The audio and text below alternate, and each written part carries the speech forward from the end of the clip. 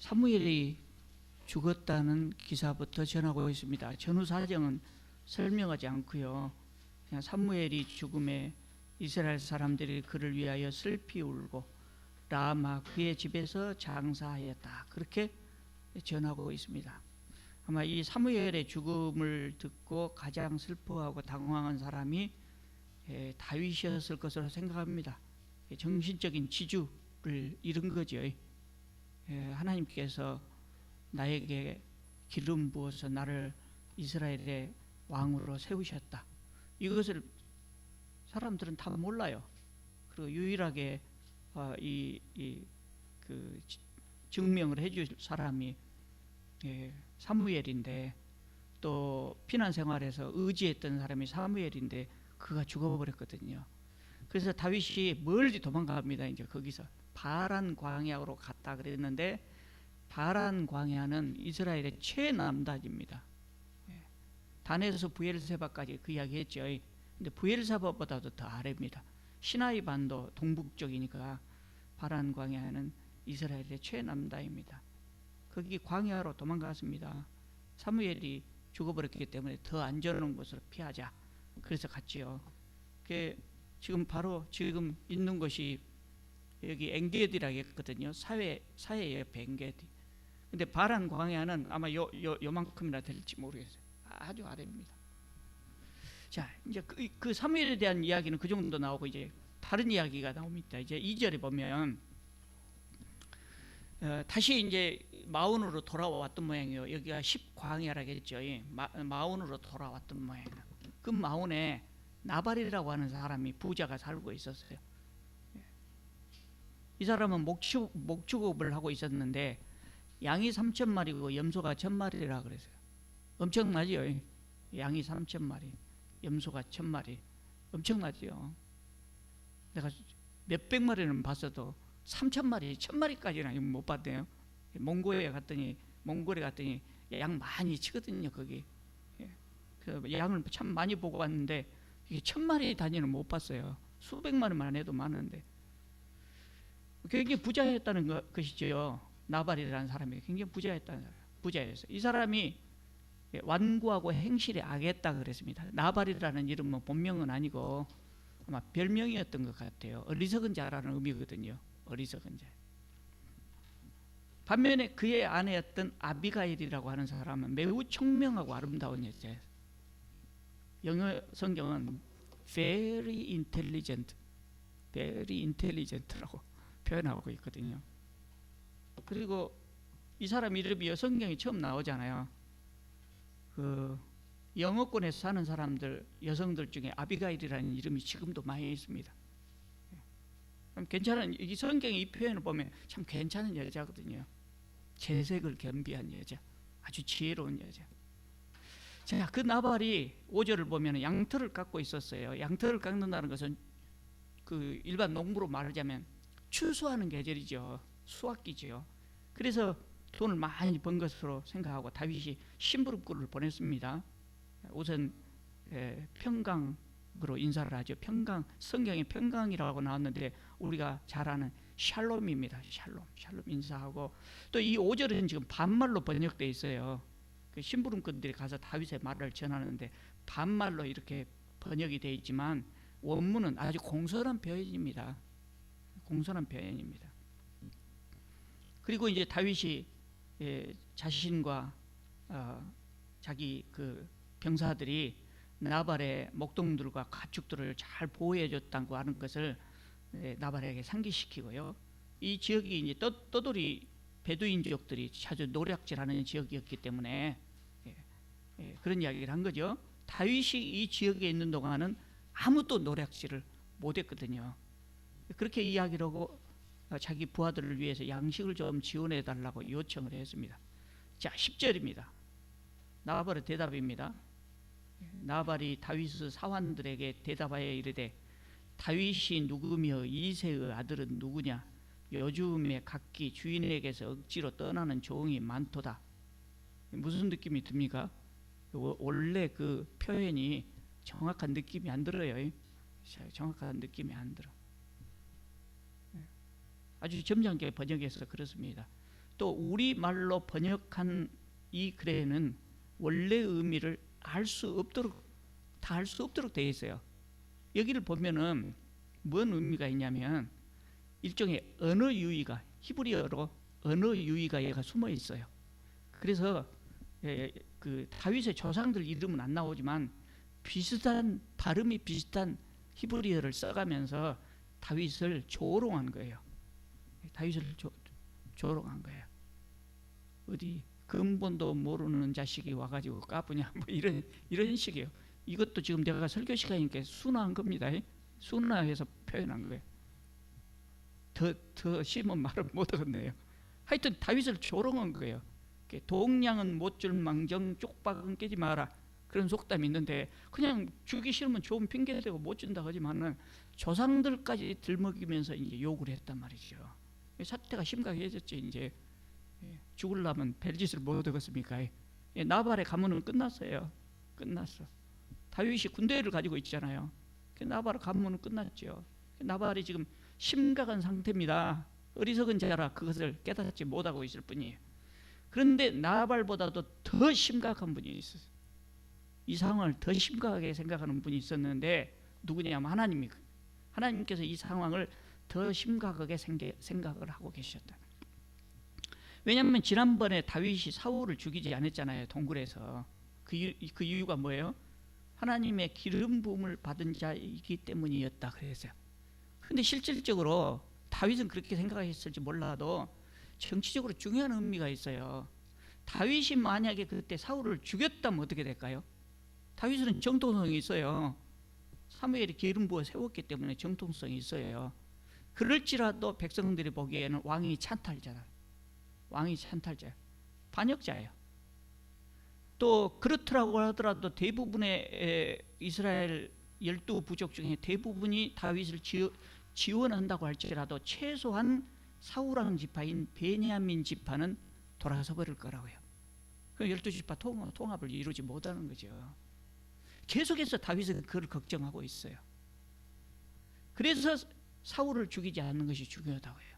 죽이지 않고 일을 해결할 수 있는 것이 중요하다. 그러니까 이것도 마찬가지예요. 다윗은 민심을 얻어야 되는데 만약에 나발에게 분풀이를 한다면 전후 사정을 모르는 사람들은 뭐라고 생각했어요? 다윗이 양식을 얻으려고 동족을 죽이고 부자를 죽이고 약탈했다, 이렇게 생각할 수 있단 말이죠. 그런데 다윗은 지금 화가 머리끝까지 나 있는 상황이기 때문에 이런 것을 이성적으로 판단하기가 어려워요. 그래서 하나님께서 심각하게 생각하셨다. 심각하게 생각. 다윗이 여기서 나발을 죽이면 안 되겠다 이렇게 생각하신. 그래서 하나님께서 개입을 하셔요. 성경은 그렇게 표현하고 있어요. 하나님 개입하셨다고. 자, 14절을 보면요, 하인들 가운데서 이 상황을 심각하게 생각한 사람이 있었어요. 그래서 그 사람이 안주인 아비가일을 찾아갔어요. 우리 주인은 어리석어서 어쩔 수 없고 현명한 안주인을 찾아가야 되겠다. 그리고 가서 아비가일에게 이 상황을 다 설명을 했어요. 그러니까 아비가일은 현명한 사람이라 사태의 중요성을 즉시 간파를, 촌각을 다투는 문제다, 잘못하면 우리 다 죽게 생겼다, 이걸 깨달은 거죠. 그래서 남편과 상의할 것도 없고, 어리석은 남편과 뭐 상의할 것 없습니까? 시간도 없지만은 그 벅에 있는 것 중에서 다윗에게 줄 양식을 챙겨가지고 머슴들에게 실려 보내고 자기는 지름길로 다윗을 향해서 쫓아갑니다. 그 시간에 다윗은 군대를 이끌고 나발을 향해 가고 있었어요. 다윗의 생각입니다. 22절을 보겠습니다. 다윗의 생각입니다. 내가 그에게 속한 모든 남자 가운데 한 사람이라도 아침까지 남겨두면 하나님은 다윗에게 벌을 내리시고 또 벌을 또 내리시기를 원하노라. 이렇게 생각하거든요. 이 말은 뭔 말이에요? 내가 나발의 가문 싹 쓸어버리지 않으면 내가 사람이 아니다. 예? 그런 의미예요. 화가 나갖고 이게 다짐하고 지금 이제 군대를 이끌고 가고 있단 말이죠. 24절 보면 아비가일이 다윗을 만납니다. 즉시 나귀에서 내려서 다윗 앞에 납작 엎드려서 사죄하고 식량을 바쳤어요. 예.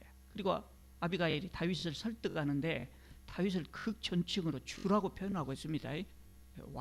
왕에 대한 표현이나 마찬가지. 주라고 표현합니다. 26절을 보면은요, 뭐 긴 이야기가 나옵니다. 23절부터 31절까지 긴 설득의 이야기가 나오는데 26절을 보면 아비가일의 말입니다. 다윗의 손으로 피를 흘려 친히 보복하는 일을 여호와께서 막으시려고 나를 보내셨다. 하나님께서 나를 보내서 당신 손으로 친히 보복하시는 일을 막으시려고 하나님이 나를 보낸 겁니다. 그게 설득을 해요. 굉장히 지혜로운 사람이죠. 그러니까 아비가일은 여기 23절에서 31절까지를 보면 역사적인 흐름을 파악할 만큼 통찰력이 있었던 것 같아요.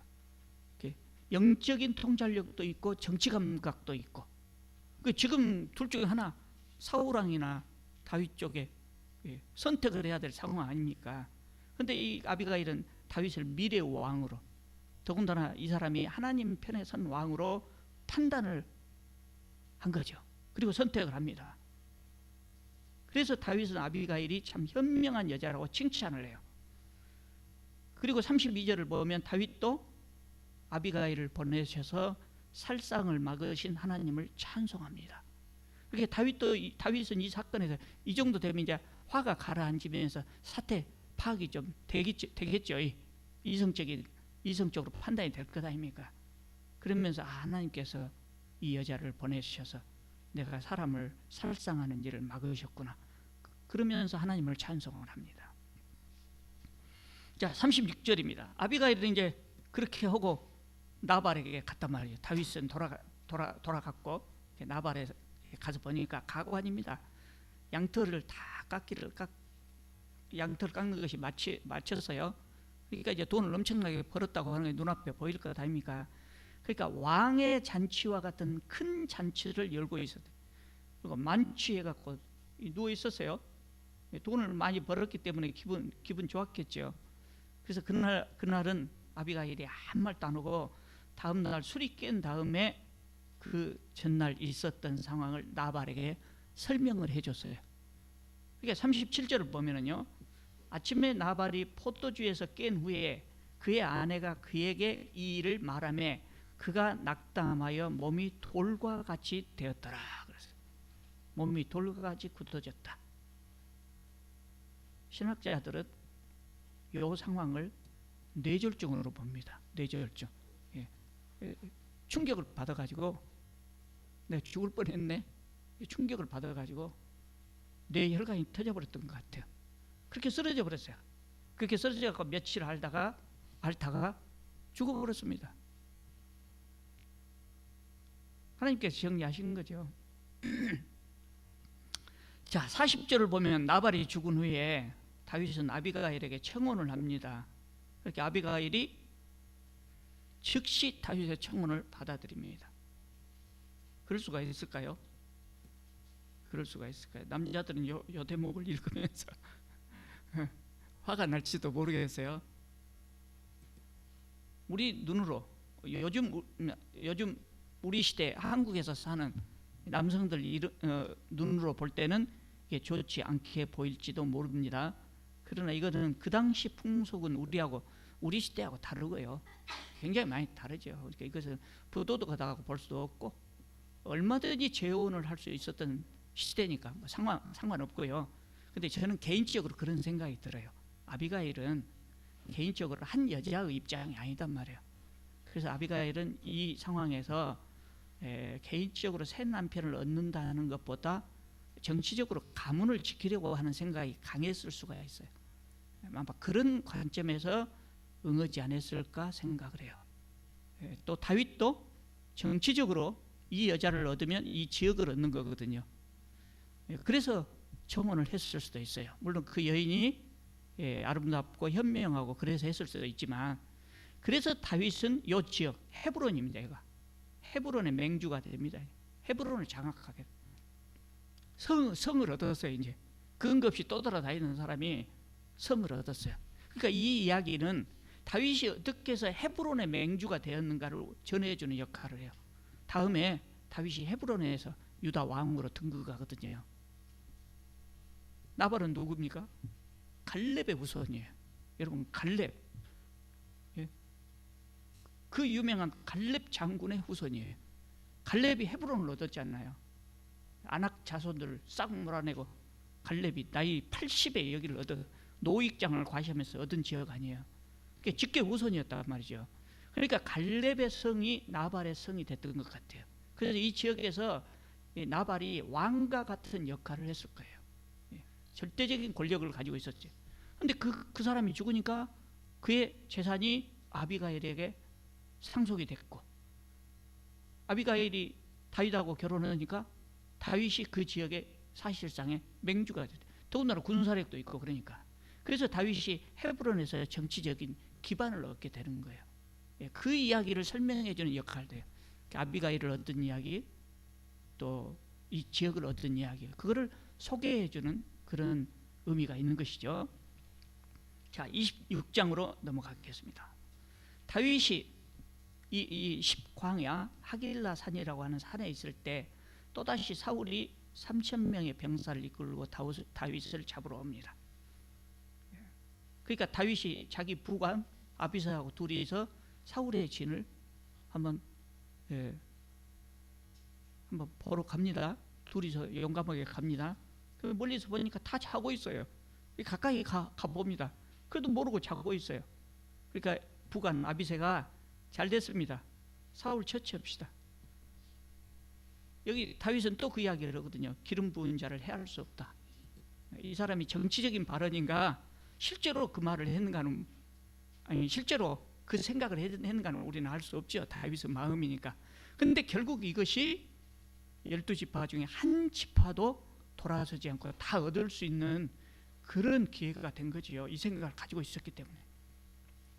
그래서 다윗은 사울을 해하지 않고 이번에는 사울의 창하고 물병, 사울이 바로 옆에 두고 있었던, 머리맡에 두고 있었던 이것을 훔쳐갖고 나옵니다. 그리고 14절을 보면 저 건너편 산꼭대기에서 큰 소리를 지릅니다. 지난번에는 사울 왕을 불렀는데 이번에는 사울 왕을 안 부르고 사울의 첫 번째 장수 아브넬을 부릅니다. 아브넬아, 너는 뭐 두고 있냐? 네 왕도 제대로 안 지키고 뭐 두고 있냐? 그 나무랍니다. 그렇게 사울이 그 말을 듣고 상황을 파악하고 그 말에 감동이 되어가지고 다윗을 축복하는 또 돌아갑니다. 자, 27장으로 넘어갑니다. 1절을 보겠습니다. 다윗이 그 마음에 생각하기를 내가 후일에는 사울의 손에 붙잡히리니, 언제 붙잡힐지 모른단 말이에요. 언젠가는 붙잡힐 것이다. 그러니 블레셋 사람들의 땅으로 피하여 들어가는 것이 좋으리로다. 사울이 이스라엘 온 영토 내에서 다시 나를 찾다가 단념하리니 내가 그의 손에서 벗어나리라. 그렇게 하면서 블레셋으로 갔습니다. 블레셋으로 겉으로는 투항한 거예요. 병사들을 이끌고 블레셋 그 5 도시국가 중에 하나 아기스 왕에게 투항합니다. 어떤 사람들은 이 성경을 읽으면서 다윗이 블레셋에 피한 것은 아주 잘못된 것이다 라고 생각하기도 해요. 생각하기도 해요. 지난번에 모압으로 피했을 때도 선지자 갓이 돌아가라, 가나안 땅으로 돌아가라 그랬잖아요. 죽어도 거기서 죽고 살아도 거기서 죽고 그래야 되지 않겠습니까? 그래서 돌아갔어요. 그러니까 여기서도 블레셋으로 간 것은 이스라엘의 정반대 아주 절대적인 적인데, 적국인데 그래 간 것은 좀 잘못한 것 아니냐 이렇게 표현할 수도 있어요. 그런데 사무엘서에는 다윗이 블레셋으로 피한 것에 대해서 잘못되었다고 하는 표현을 전혀 하지 않아요. 전혀 하지 않아요. 그러니까 궁여지책으로 또는 현명한 선택으로 다윗이 블레셋으로 갔을 수도 있어요. 왜 그럴까요? 그 현명했을 수도 있어요. 왜 그럴까요? 그때 부하가 최소한 600명이라고 그랬어요. 병사들이 600명. 그 가족까지 하면 적어도 2,000명은 될 것이라고 생각해요. 그럼 2,000명 어디가 숨겠습니까? 수가 적을 때는 동굴에도 숨고 숨죠. 2,000명이 되면 이제 숨을 수가 없어요. 숨을 수가 없어요. 그럼 사울이 잡으러 오면 들킬 수밖에 없어요. 숨을 수가 없어요. 그러면 이제 최선의 방법은 뭐냐면 든든한 성을 하나 탈취해가지고 거기서 방어하는 일이에요. 방어하고 살 수밖에 없어요. 공개적으로 이제 여기는 다윗의 성이다. 그럴 수밖에 없어요. 그러면 사울이 군사를 이끌고 쳐들어오겠죠. 그럼 어떻게 됩니까? 전쟁을 해요. 동족상잔의 전쟁을 할 수밖에 없어요. 그러니까 다윗은 그 전쟁을 피해서 도망간 거죠. 예. 동족 간의 전쟁을 막는 방법은 이 방법밖에 없다. 아마 그렇게 생각했던 것 같아요. 그래서 블레셋 땅을 선택했습니다. 4절을 보면 그래서 사울은 더 이상 다윗을 추격하지 않았다 그랬어요. 그리고 그 후로 다윗과 사울은 더 이상 만나지 않습니다. 자, 그다음에 이제 아기스 왕은 다윗이 투항에 가니까 시글락이라고 하는 성읍을 하나를 줍니다. 변두리를 주면서 거기서 외적을 지키면서 거기서 거기 살아라. 그래서 2,000명이 거기 들어가서 살았습니다. 자치적처럼 그렇게 살았습니다. 그 기간이 7절에 보면 1년 4개월이라 그랬어요. 1년 4개월. 사무엘서에는 다른 이야기가 없는데 역대기 12장을 보면 사울이 이 시글락에 있을 때 수많은 용사들이 다윗의 수하로 몰려들었다고 기록되어 있어요. 600명에서 더 큰 병사 모여서 힘을 키우고 있었던 것이죠. 이렇게 모인 병사들과 함께 이 사람이 그동안 무엇을 했냐? 8절을 보면 그술 사람과 기르스 사람과 아말렉 사람들을 정벌했다 그래요. 이 사람들은 다 남쪽에 있는 사람들이거든요. 남쪽 지역. 그러니까 지금 다윗이 있는 성읍에서 가까운 지역이죠. 그러니까 그때 아기스는 다윗에게 이 성을 주면서 다윗이 이스라엘하고 사울 왕을 미워할 것으로 생각했단 말이에요. 그리고 자기가 봉토도 주고 그래놔서 자기가 충성할 것으로 생각했어요. 겉으로 보면 충성이죠. 근데 다윗은 먼 장래를 보면서 이스라엘의 적들을 차례대로 평정하고 있었다 이 말이죠. 그리고 이제 전쟁을 하면 전리품이 생기죠. 전리품이.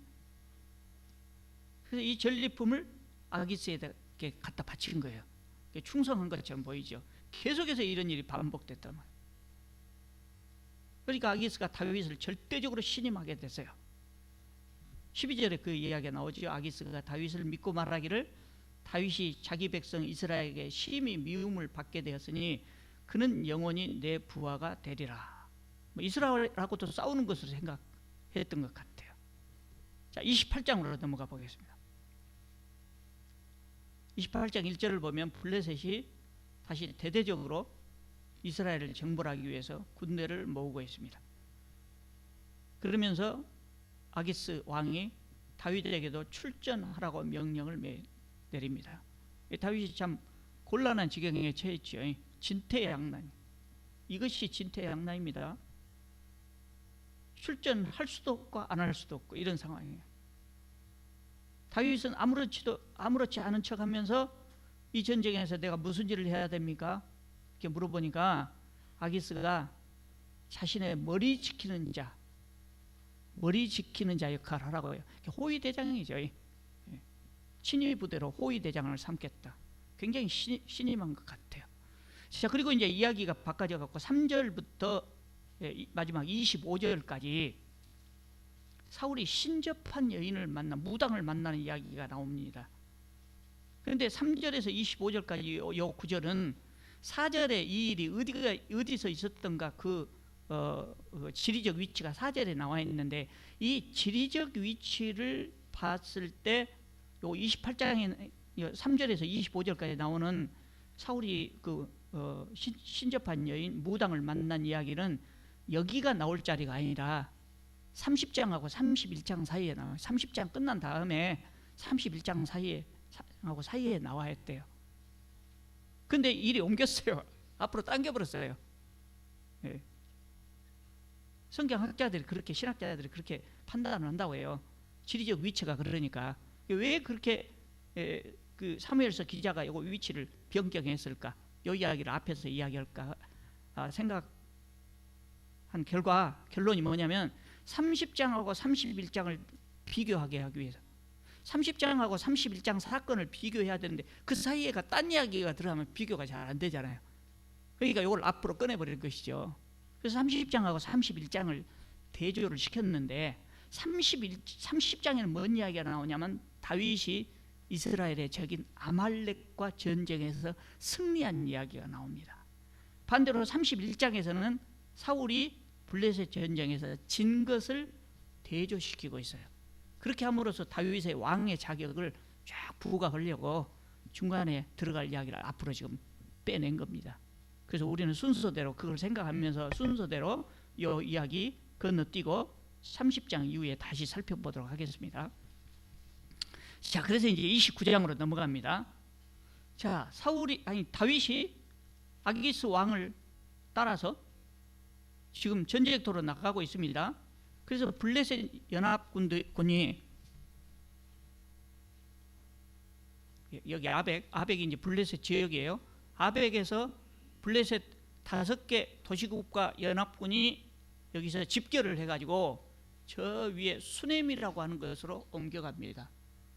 전쟁터로 옮겨가고, 그러니까 사울은 기브아에서 쭉 올라가갖고 이스라엘 여기서 이제 서로 마주보고 진을 치고 있는 거죠.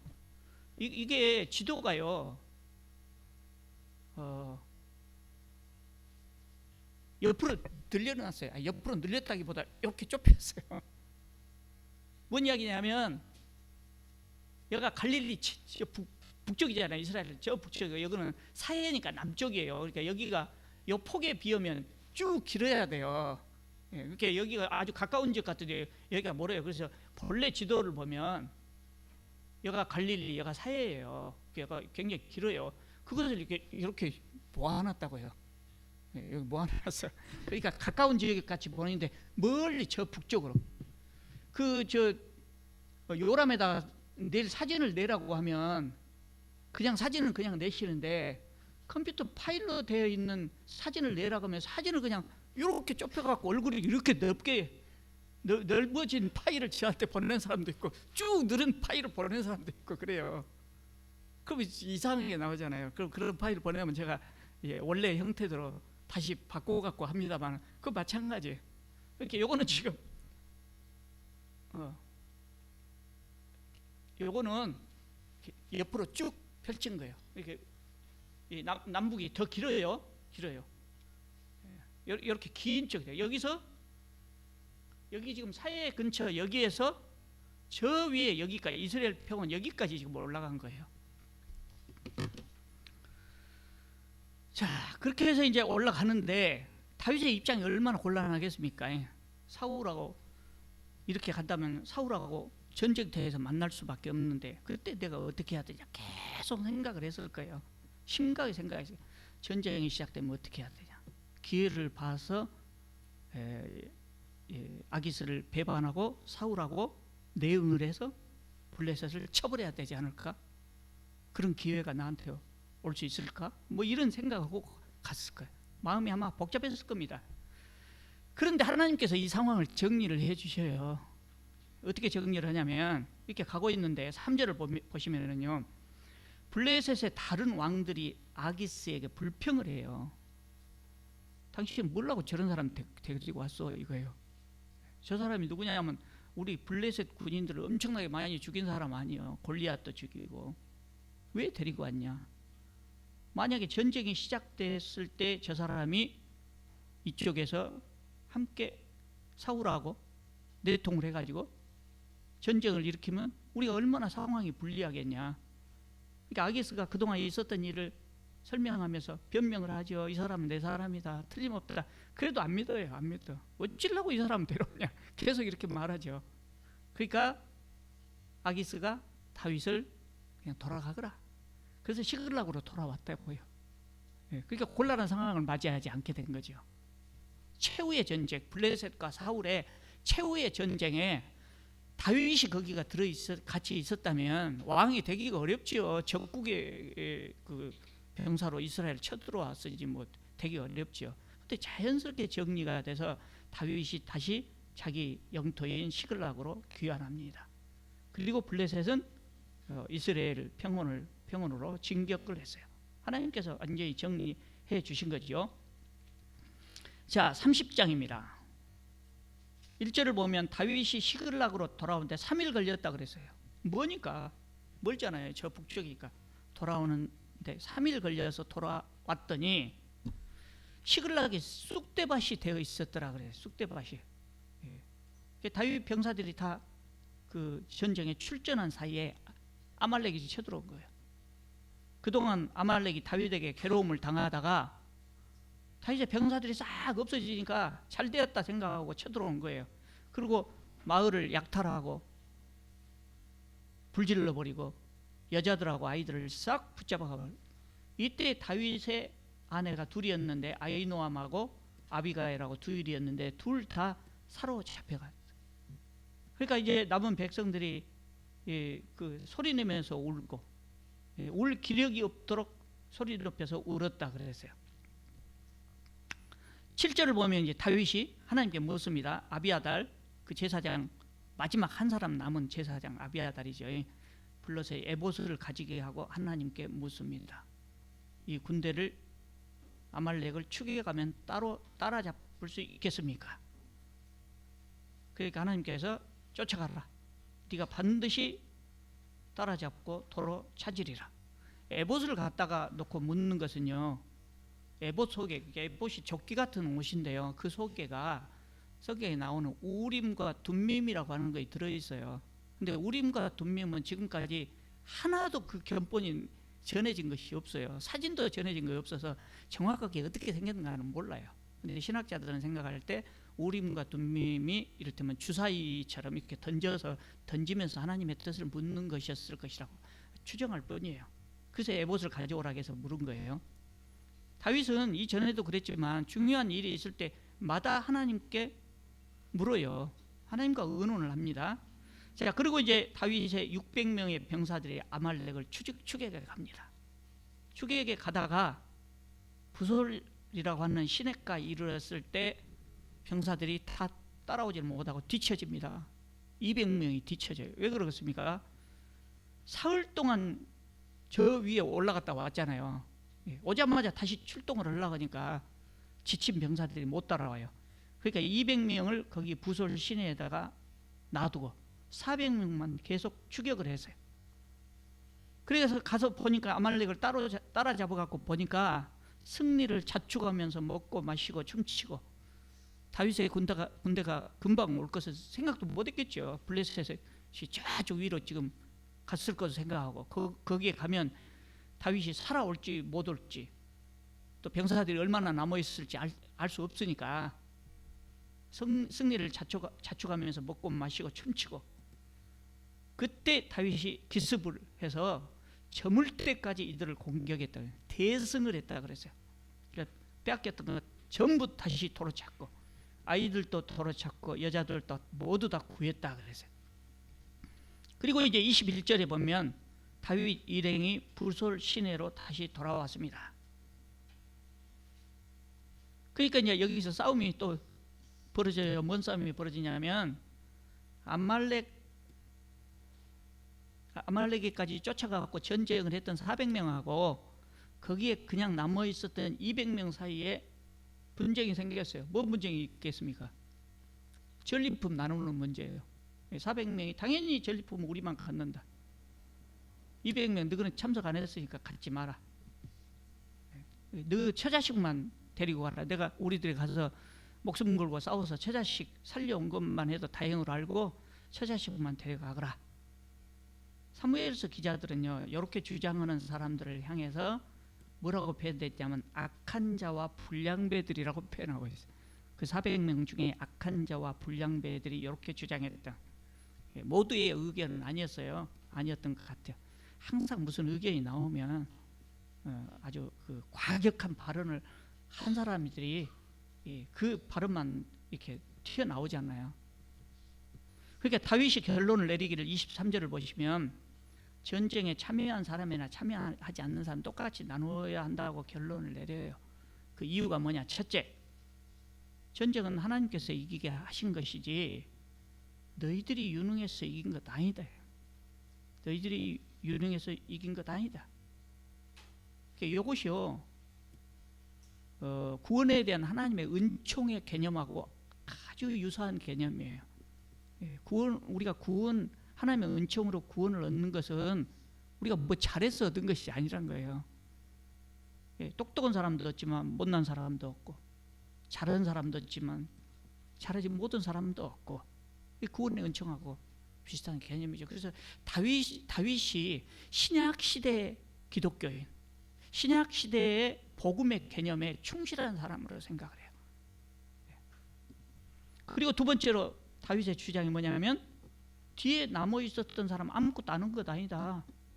그동안 마을을 지키고 있었지 않느냐. 우리가 400명이 가는 동안 마을을 지키고 있었지 않느냐. 그야말로 놀고 잠자고 있었다면 줄 것 없지만 마을을 지킨 것도 중요한 일이기 때문에 같이 나눠야 된다.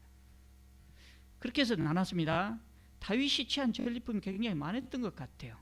그래서 다윗은 이 전리품을 유대의 장로들에게 나눠줘요. 27절에서 31절까지 보면 선물 보낸 사람들의 명단이 나옵니다. 그러니까 우리는 한 편이라는 의미죠. 전리품 나누니까 한 편이라는 의미. 13고수 장로들에게 전리품을 나눠줍니다. 이들의 환심을 사기 위해서 그러죠. 그래서 결국 이 13곳의 장로들이 다윗을 유다 왕으로 옹립하는데 크게 기여하거든요. 이 사람들이 이제 주로 유다 남부 지역 사람들입니다. 자, 그렇게 해서 이제 암말렉을 무찔렀습니다. 그러면 사울이 블레셋 전쟁에서 지기 전에 28장 사건이 일어난 거예요. 28장으로 다시 돌아가 보겠습니다. 다윗이 아말렉과 전쟁을 하는 동안 블레셋은 저 수넴에 진치고 사울은 맞은편 길보아에 진을 쳤다 그래서 이 전쟁은 이전의 전쟁하고 달리 전면전이에요. 이전의 전쟁은 국지전이었다면 이건 전면전이에요. 5개 도시국가 연합군들이 이제 끝장을 보려고 온 거죠. 자, 근데 5절을 보면 이때 사울이 블레셋 사람의 군대를 보고 두려워서 그의 마음이 크게 떨렸다 그래서요. 떨었어요, 사울이. 사울은 본래 그런 사람 아니거든요. 굉장히 용맹스러운 장수였어요. 근데 하나님의 임재를 느끼지 못하고 있었기 때문에 떨렸을 것이고, 또 이제 사울은 이제는 나이가 먹었단 말이죠. 늙었어요. 그래서 자신이 없었던 것 같아요. 그래서 사울이 전쟁에 대해서 하나님께 여쭙니다. 6절을 보면 하나님께 여쭤보는데 꿈으로도 우림으로도 선지자로도 대답하지 않으셨다 그래서요. 꿈으로도 말씀하지 않고 우림으로도 말씀하지 않고 선지자로도 대답하지 않으셨다. 하나님이 버리셨기 때문에 대답 안 해주신 것이죠. 또 지금 선지자가 어디가 있어요? 85명 다 싹 죽여버렸잖아요. 하루에. 그런데 선지자에게 가서 물어본다고 어디가 선지자가 있겠습니까? 그래서 사울이 신접한 여인 무당을 찾아갑니다. 이해가 됩니까? 여호와 하나님 믿던 사람이 선지자들이 없으니까 무당한 여인을 찾아간다고요. 이것이 사울의 신앙을 보여주는 거예요. 그래서 사울이 엔돌이라고 하는 저 위쪽에 가서 무당을 찾았어요. 그래서 이 엔돌에게 뭐라고 하냐면 사무엘의 영을 불러와라. 이 사람은 그래도 되는 그 생각했어요. 무당에게 사무엘을 부르고 그리고 사무엘에게 하나님을 뜻을 물어보면 그러면 나는 하나님을 섬기는 것이라고 생각했던 것 같아요. 그래서 사무엘의 영을 불러내가지고 물어봅니다. 물어봐요. 그러니까 사울이 사무엘에게 내가 행할 일을 알려주시오. 내가 그거 물어보려고 당신을 불렀습니다. 그러니까 사무엘이 뭐라고 되냐면 길게 말을 합니다만 요약하면 하나님이 너를 떠났다. 그리고 네 나라는 네 손에서 떼어서 다윗에게 이미 주셨다. 그래서 내일 너와 내 아들들이 나와 함께 있을 것이다. 그 말은 뭔 말이에요? 죽는단 말이죠. 죽는단 말이죠. 사무엘은 이미 죽었으니까 나 있는 곳에 너희들도 오게 될 것이다. 사울이 그 말을 듣고 기절해 버렸다 그랬어요. 그리고 이제 31장 블레셋과 마지막 전투입니다. 근데 마지막 전투에 대해서는 전혀 별 소개가 없어요. 그냥 1절 간단해요. 1절 보면 블레셋 사람들이 이스라엘을 침해 이스라엘 사람들이 블레셋 사람들 앞에서 도망하여 길보아 산에서 엎드러져 죽으니라. 이렇게 간단하게 기록되어 있어요. 근데 사울의 마지막 순간에 대해서는 자세하게 기록하고 있어요.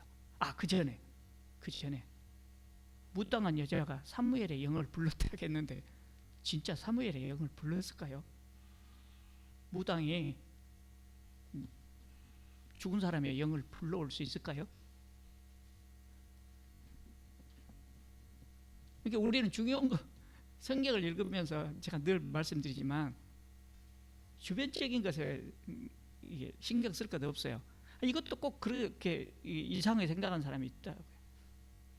실제로 사무엘의 영이 나타날 수도 있어요. 신재반 여인 무당이 사무엘의 영을 불렀지만 하나님께서 가서 사울에게 말해라 그래서 뭐 왔을 수도 있어요. 그리고 사무엘의 영이 온 것이 아니고 사탄이 사무엘의 영을 가장하고 나왔을 수도 있어요. 그것은 중요하지 않다는 거예요. 그것은 중요하지 않고 중요한 것은 뭐냐면 사무엘의 영이 전한 그 메시지가 중요한 거죠. 무당이 실제로 그 영을 불러올 수 있어요.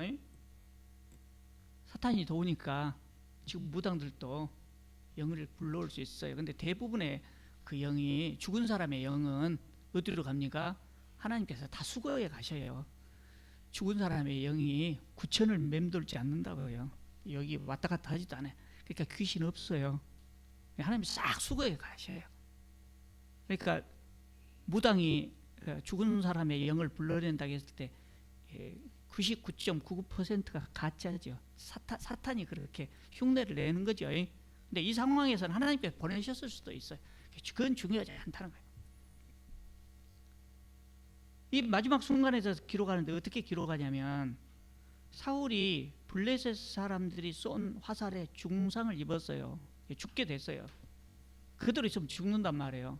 그러면 블레셋 사람의 손에 죽었다고 하는 치욕스러운 것이 돼요.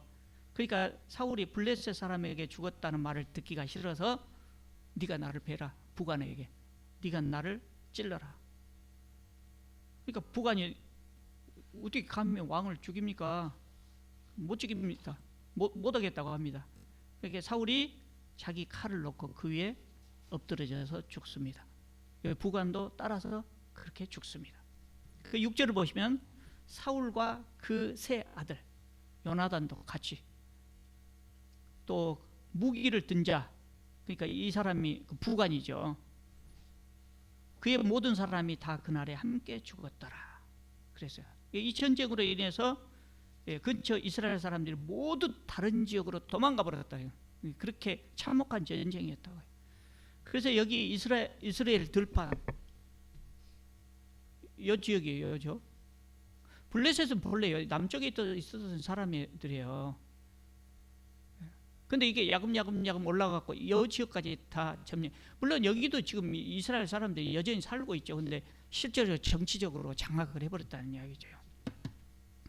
그리고 이제 그 다음날 전쟁이 끝난 다음에 블레셋 사람들이 싹 돌아보면서 돈 될 만한 것 다 수거할 것 아니에요. 무기도 수거하고.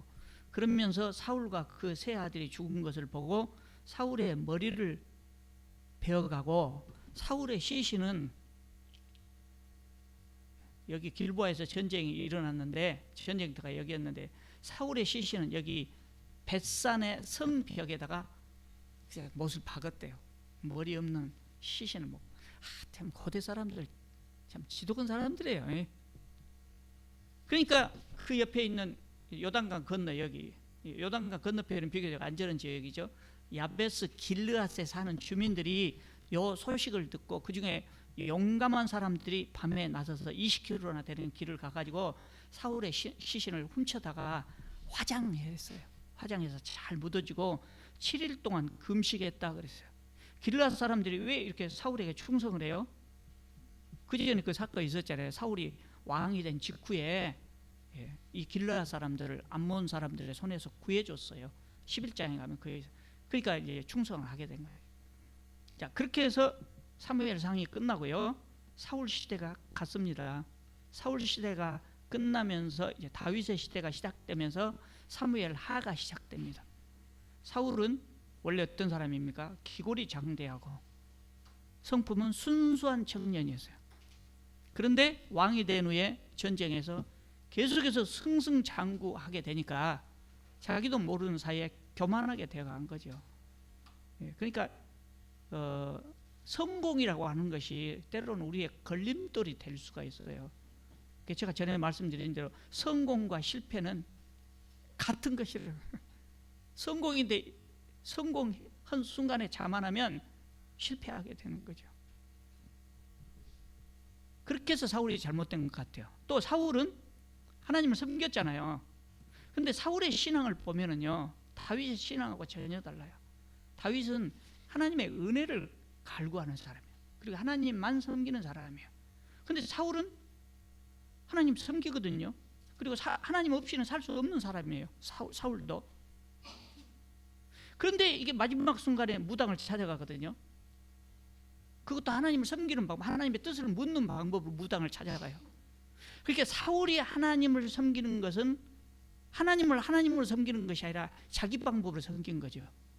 자기가 알고 있는 하나님 섬기는 방법으로 하나님께 충성을 하고자 하는 거예요. 그래서 사울이 하나님을 섬기는 그것을 쭉 이렇게 놓고 분석해 보면 전형적인 무속신앙입니다. 전형적인 무속신앙이에요. 지금과 같은 하나님의 은혜에 의존하는 신앙이 아니에요. 내가 하나님께 뭐를 받았지만 하나님도 나에게 뭘 줄 것이다. 이런 신앙이에요. 그러니까 하나님이 사울을 싫어하죠. 그러니까 그런 신앙은 하나님을 믿는다고 본인도 하나님을 믿는다고 착각하고 있지만 하나님은 너는 나를 믿는 것이 아니다라고 이야기한다고요. 그러니까 저는 그래요. 신천지가 두려운 것이 아니라 나는 신천지가 제저 문제 없다고 보거든요. 저거 얼마 안 가면 저절로 없어져 버려요. 무너져 버려요. 신천지가 무서운 것이 아니라 대한예수교 장로회라고 써놓은 교회가 문제라고요. 대한예수교 장로회라고 써놓고 다윗처럼 하나님을 안 믿고 사울처럼 하나님을 섬기는 교회들이 상당히 많아요. 왜 사람들이 이단에 넘어갑니까? 자기 교회에서 가르치는 것이나 이단에서 이야기한 것이나 별반 다르지 않거든요. 정말 복음을 안 가르치니까 별반 다르지 않아요. 그러니까 넘어가는 겁니다. 여러분, 하나님 섬기는 것 정말 중요한 일이지만 바르게 섬겨야 된다. 바르게 섬기는 것이 더 중요한 일이에요. 그 다음에 또 한 가지, 이제 역사에서 여기까지 나온 이 사무엘상 역사에서 우리가 배울 점, 사사시대였잖아요. 이때가 바로 직전이. 왕이 나올 수밖에 없어요. 무정부 상태와 같은 사사시대로서는 블레셋에 대적할 수가 없어요. 더군다나 철기 문명까지 가진 블레셋과 청동기 문명인 이스라엘이 대적해서 싸울 수가 없어요. 그러니까 왕이 필요했다고요. 하나님은 이스라엘에 필요한 왕을 준비시켜주고 있었어요. 그런데 아직 그 왕이 자라기도 전에, 아직 성장하기 전에 백성들이 성급하게 왕을 구했어요. 그때 왕을 구할 때 어떤 왕을 구했냐면 열방과 같은 왕을 우리에게 주십시오. 그래서 사무엘에게 요구하거든요. 열방, 그렇게 다른 나라와 같은 왕이에요.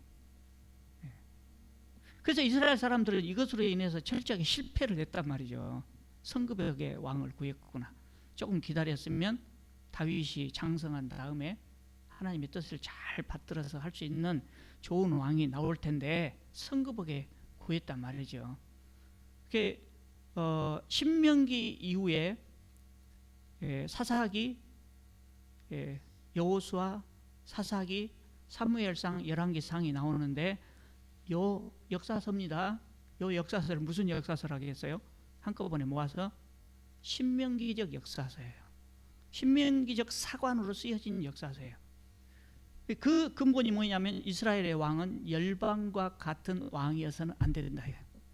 열방이 다른 나라의 왕은 어떤 왕이에요? 절대자예요. 절대자. 나라가 곧 내 것이에요. 근데 이스라엘은 실질적인 왕이 하나님이고 이스라엘의 왕은 하나님의 대리 통치자예요. 하나님의 뜻을 물어서 그대로 다스려야 하는 사람이었다 이거죠. 사울은 그러지 못한 사람이었죠. 그래서 성경에 사무엘상에서 그것을 대조적으로 보이기 위해서 다윗은 중요한 일을 할 때마다 하나님의 뜻을 물어요. 하나님의 뜻을 받아갖고 그대로 해야 된다는 거예요. 지 마음대로 하면 안 된다. 그 나라는 왕의 것이 아니라 하나님의 것이기 때문이죠. 이스라엘 백성은 그걸 몰랐기 때문에 철저하게 실패한 겁니다. 자, 오늘 우리 시대에도 마찬가지. 하나님께서는 오늘 우리 시대에 세상을 바꿔서 이 세상 속에 다윗 왕국, 다윗 왕도 완벽한 왕국은 아니지만 그렇게 좋은 하나님 나라를 세우시기를 원하신다고요. 그리고 그 나라의 통치자로 우리를 선택하신 거예요. 그러니까 우리는 하나님의 대리 통치자로서, 하나님의 섭리 사역의 동역자로서 우리가 그 일을 해야죠. 그러니까 나라라고 하는 것은 통치자가 누구냐에 따라서 나라의 운명이 달라지잖아요. 그러니까 우리가 어떻게 하느냐에 따라서 하나님 나라가 달라질 수 있다는 거예요. 그래서 우리가 항상 그런 프라이드를 가져야 돼. 나는 하나님의 대리 통치자인데, 내가 대통령은 아니지만 적어도 내가 맡은 부분에서는 영향력을 미치고 일을 할 수 있잖아요. 그러니까 그 부분에서 하나님의 대리 통치자고 하나님의 섭리 사역의 동역자다. 그러면 내 마음대로가 아니라 하나님의 뜻대로 이 일을 해야 된다. 이것을 우리가 기억해야 됩니다. 그것이 오늘 이 다윗에 대한 역사의 교훈입니다. 자, 또 우리 합심해서 오늘 교훈을 생각하면서 잠시 동안 기도 드리겠습니다.